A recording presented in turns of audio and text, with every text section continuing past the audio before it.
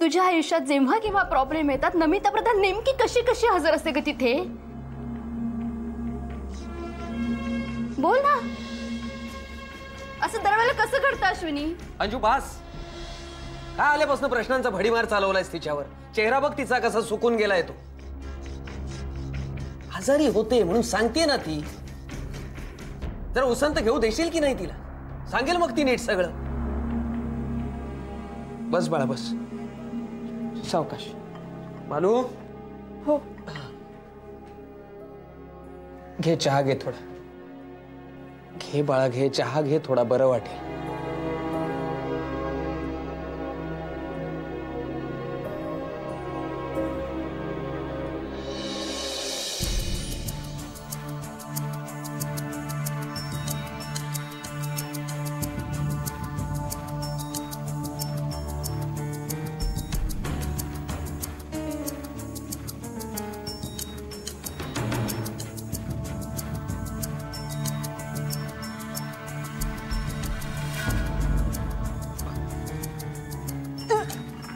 आशु, आशु आत्या.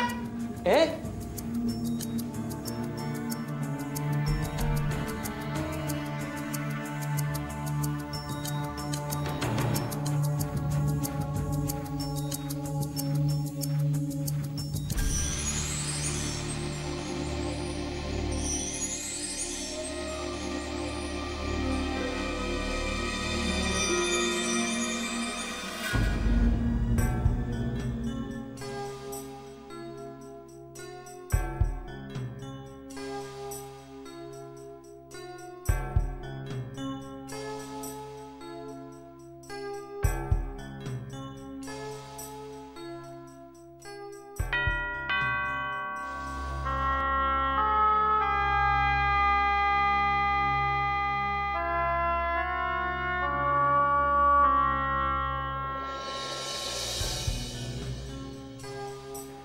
कशी आशु?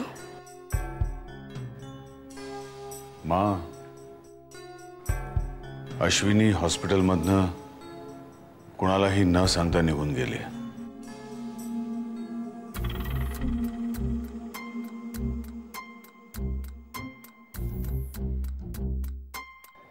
निघून गेली? कुणालाही न सांगता निघून गेली? अशी कशी निघून गेली ती? तिला तुम्ही तक्रार प्रकरण सांगितलं होतं? माँ, असं न सांगून कसं चालेल? कधी ना काहीतरी सांगावं लागणारच होतं ना. माँ, तिला हेही सांगितलं की पोलिसांना मी हँडल करेन. तिने फक्त तिच्या तब्येतीची काळजी घ्यायला पाहिजे. आजचा दिवस हॉस्पिटलमध्येच राहायला पाहिजे. मीराला असं वाटतंय की ती दादा वहिनीकडे गेली असेल. मलाही तसंच वाटतंय. समज तिच्या घरच्यांना हे सगळं कळलं आणि ती परत कधी आलीच नाही तर? शुभू, माझं बाळ. नाही नमिता, अश्विनीचा निर्णय बदलण्यापूर्वी आणि तिच्या घरच्यांना काही कळण्यापूर्वीच आपण तिला परत आणू शकतो.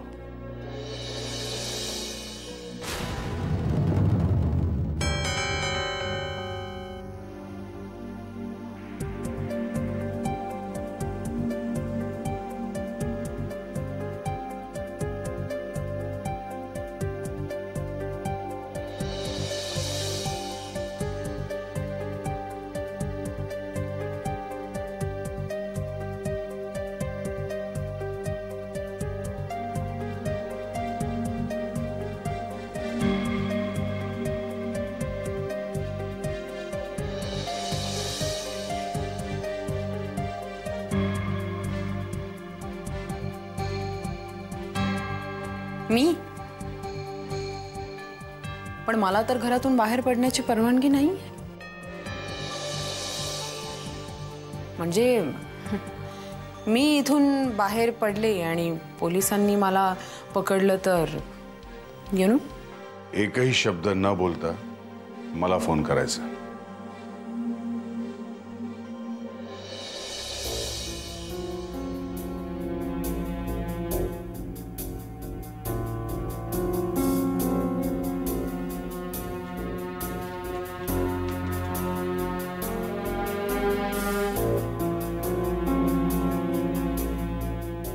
थोडक्यात पोलिसांपासून तुम्ही मला वाचवताय असा शब्द देताय, राईट? मी येते तुझ्या बरोबर. नाही. किट्टी, आशूला सांभाळून आण आणि तिच्या मनावर अधिक ताण येणार नाही याची काळजी घे प्लीज. ओके. तू गाडी घेऊन जा, मी सांगते काशीनाथला. मिसेस प्रधान, माझ्याकडे माझी स्वतःची गाडी आहे, तुम्ही विसरताय. आणि मला चांगलं ड्राईव्ह सुद्धा करता येतं. सो आशूला आणायला मी माझ्या गाडीने जाईन. मी माझ्या पर्स आणि कीज कलेक्ट करते.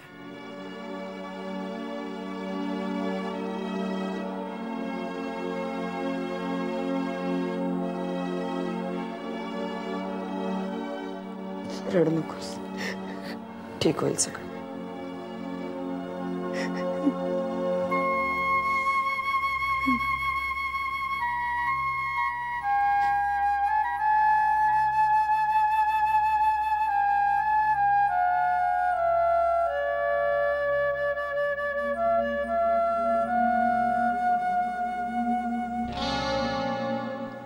काय ग, बरं वाटतंय? बरी आहे तब्येत अश्विनी? बरं वाटतंय ना?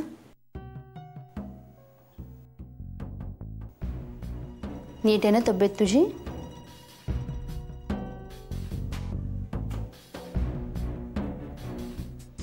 नक्की ना?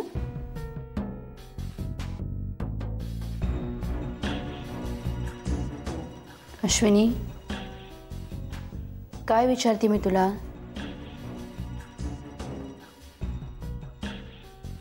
नक्की बरं वाटतंय ना तुला?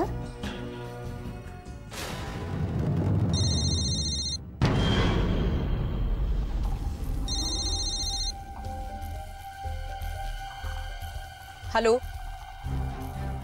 आम्ही नाही पोहोचले अजून. अहो 5 मिनिटापूर्वी आपण बोललोय ना. हे बघा, रस्त्यावर माझ्या एकटीची गाडी धावत नाहीये, असंख्य गाड्या आहेत. मी ट्रॅफिक मध्ये अडकले, पोचेनच. आणि हे बघा, मला तिथे गेल्यावर फोन करू नका उगाच. आशूचं आणि तुमचं सिक्रेट जपायचं ठरवलंय ना आपण.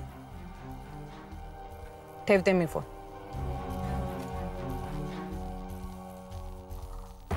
नकोसा झाला का चहा तुला?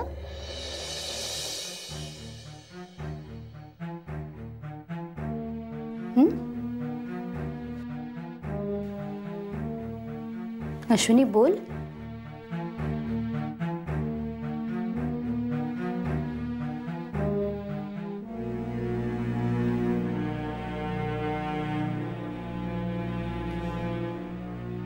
जोपर्यंत ती या घरात होती तोपर्यंत तिच्या वागण्याची जबाबदारी माझ्यावर होती आणि ती मी व्यवस्थित पार पाडली.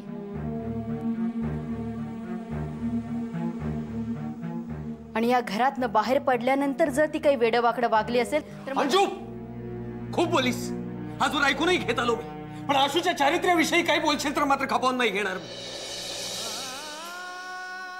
ग अशा साध्या सालस मुलीबद्दल असले घाणेरडे विचार मनात आणताना शरम वाटायला हवी तुला. माझी बहीण आहे ती. तिला होणाऱ्या उलट्या साध्या आहेत असं वाटते तुम्हाला?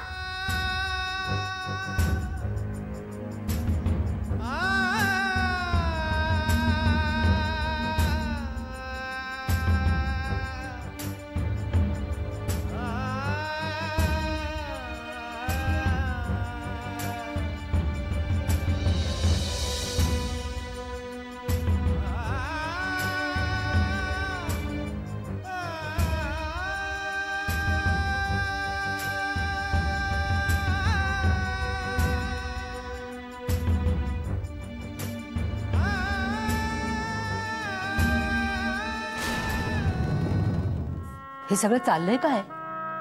हा, अश्विनीला आणायला तुम्ही त्या भवानीला पाठवली? अगं काय भरोसा काय तिचा? आणि मी म्हणते अश्विनी सगळं लपवते कशासाठी? आणि हा लपवा छपीचा प्रकार किती दिवस चालणार आहे ग? हा, म्हणजे प्रधानांचा वारस असा चोरून जगात आणायचा आहे का तुम्हाला? वंस, हे सगळं नाही बोललं तर नाही का चालणार? तुम्हाला बोलू शकेन अशी मी एकटीच आहे ग या घरात. वडिलकीच्या नात्याने माझी जबाबदारी पार पाडू नये असं म्हणतेस का तू? मला तसं नाही हो म्हणायचं, पण आधीच आशूच्या आणि बाळाच्या काळजीने जीव अर्धा झालाय आमचा. त्याच्याही पुढची काळजी वाटते ग मला. एक तर त्या मुलीला 10 लाख रुपये आधीच देऊन तुम्ही मोकळे झालात, आणि तिच्या पोटी आता बाळही वाढतंय. अशा परिस्थितीत ती पळून गेली याचा अर्थ कळतोय का तुम्हाला? म्हणजे तेलही गेलं आणि तूपही गेलं असं होईल. मी तर म्हणते आपणच आता पोलिसात जायला हवं. आता मी हात जोडते तुमच्या पुढे, प्लीज असं काही बोलू नका. हो अश्विनी शब्दाला जागणारी मुलगी आहे, साधी सरळ संस्कारी आहे, आणि म्हणून आम्ही तिची निवड केली.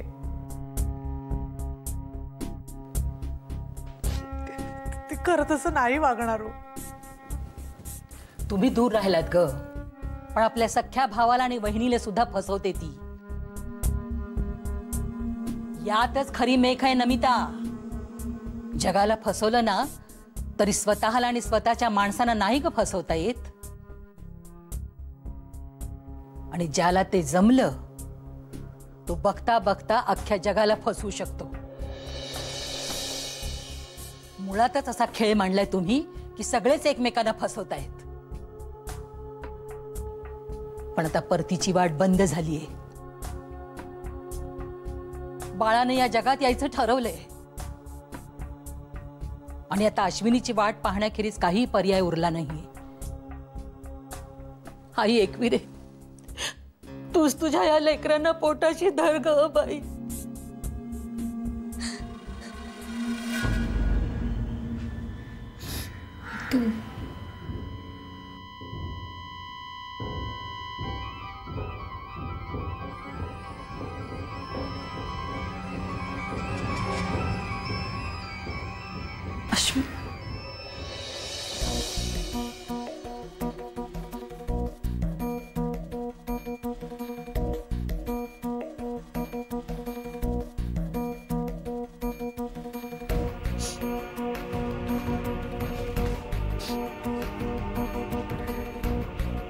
आशू,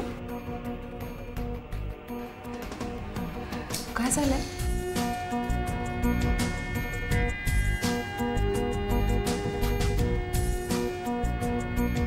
दादा, काय झालंय?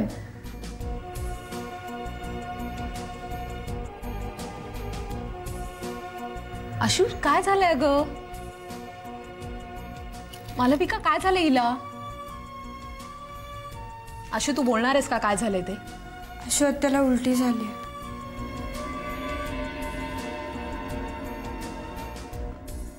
पुन्हा? अगं, पुन्हा उलटी झाली का आशू तुला? बघ, मी तुला सांगत होते ना, हे फूड इन्फेक्शन काही डॉक्टरांकडे गेल्याशिवाय जाणार नाहीये. मग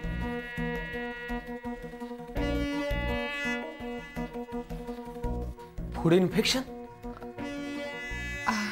अरे हो दादा, अरे फूड इन्फेक्शन झालं होतं हिला.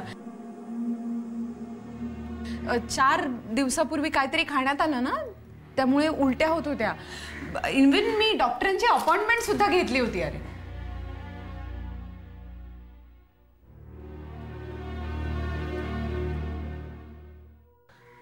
घेतली होती का? तुझं हे नेहमीच आहे किटी. गेल्या वेळेला पण अश्विनी आजारी पडलेली होती तर साधा फोन करायचा सुद्धा कळलं नव्हतं तुला.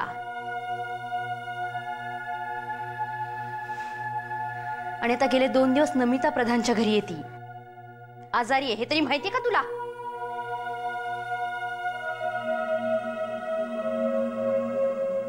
हा बोल ग मीरा. हॅलो नमिता, कुठे आहात तुम्ही? घरी आलोय आपल्या. का ग? घरी म्हणजे आशू आली का? नाही, किटी गेली तिला आणायला. किट्टी? हो, शुभूनी किटीला पाठवलं अश्विनीला आणायला. व्हॉटेवर. आशू आली की मला कळव, मी घरी आली. आशू आली? नाही अजून. आणि दादानी किटीला पाठवलंय तिला आणायला. मग एवढी का नाराज होतीस? आशूलाच आणायला गेली आहे ना ती. काल तू किटीचा फोन कट केलास, तिला हेच सांगायचं होतं. आणि आशूला आणून ती तुझ्या दादाची मदतच करते ना.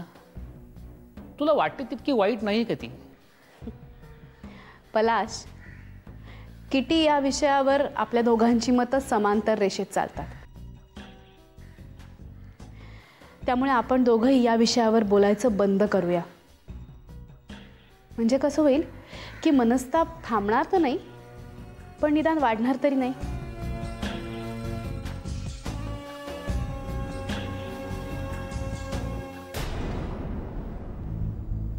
काय काय मला नाही सांगितलं तू नमिता प्रधानकडे येते? मला वाटलं तू डिरेक्टली इकडे आली आहेस म्हणून. काय ग? आय एम सॉरी वहिनी. अहो ॲक्च्युली मी पण नव्हते 2 दिवस. माझ्या नाईट शिफ्ट सुरू होत्या ना. आणि मला वाटलं खरंच ही डिरेक्टली इकडे आली आहे. मग आता होळकरांचा फोन आला ना, तेव्हा मला सगळा प्रकार समजला. आणि मग मी आले इकडे.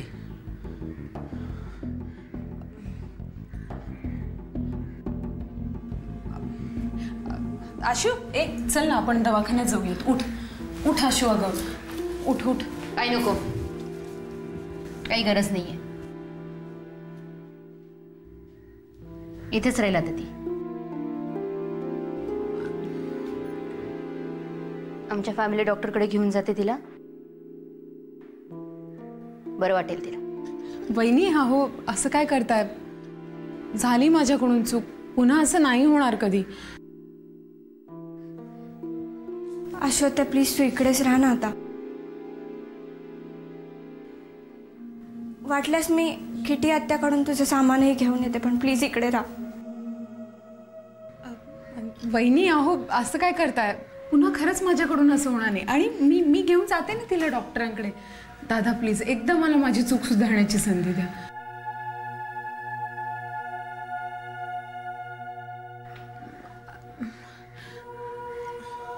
येते वहिनी.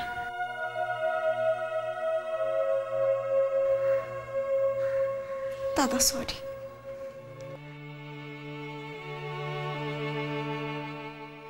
पोलिसांना काही सांगू नका. नमिता प्रधानांचं नाव. माझ्यामुळे त्यांना उगाच त्रास नको. अगं आशू, आता तू या गोष्टींची कशाला काळजी करतेस? हा, तुझी तब्येत जरा बरी होऊ देत. मालविका, हे बघ, आता आशू आत्याला जेव्हा बरं वाटेल ना, तेव्हा मी स्वतः तिला तुझ्याकडे घेऊन येईन. ओके? चल आशू, चल. ठीक आहे, तुझी तू स्वतंत्र आहेस. मनाला येईल तसं तू वागू शकतेस, निर्णय घेऊ शकतेस. ठीक आहे वहिनी.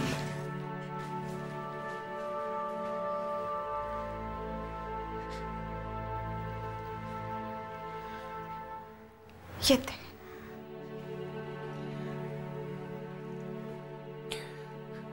सावकाश जा. दादा काही काळजी करू नका, मी आहे तिच्या बरोबर आता. हा, आशू चल ना.